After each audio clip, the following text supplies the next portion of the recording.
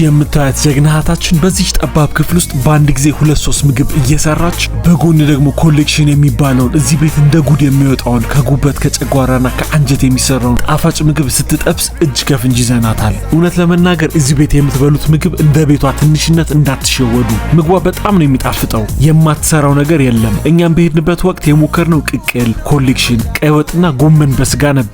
ቁርስ ላይም ከሄዳችሁ ደግሞ በጤፍ የሚሰራው ጨጨብሳ፣ ቅንጬ በእንቁላል እና ቃጠሎ የሚባለው ለየት ያለ ምግብ ከድንች የሚሰራውን አይቼ ነበር። ይሄ ካባቲ የሚባለው የህንድ ዳቦ ሳይቀር አላት። በጣም ያስገረመኝ ነገር ቢኖር ለምትሰራው ምግብ ንጽህና ሳይቀር ከመጨነቋ የተነሳ እንጀራ እዛው ራሷ ነው የምትጋግረው። ሙሉ ዶሮ ወጥና አገልግል የምትፈልጉም ከሆነ እዚህ እሷ ጋር መውሰድ ትችላላችሁ።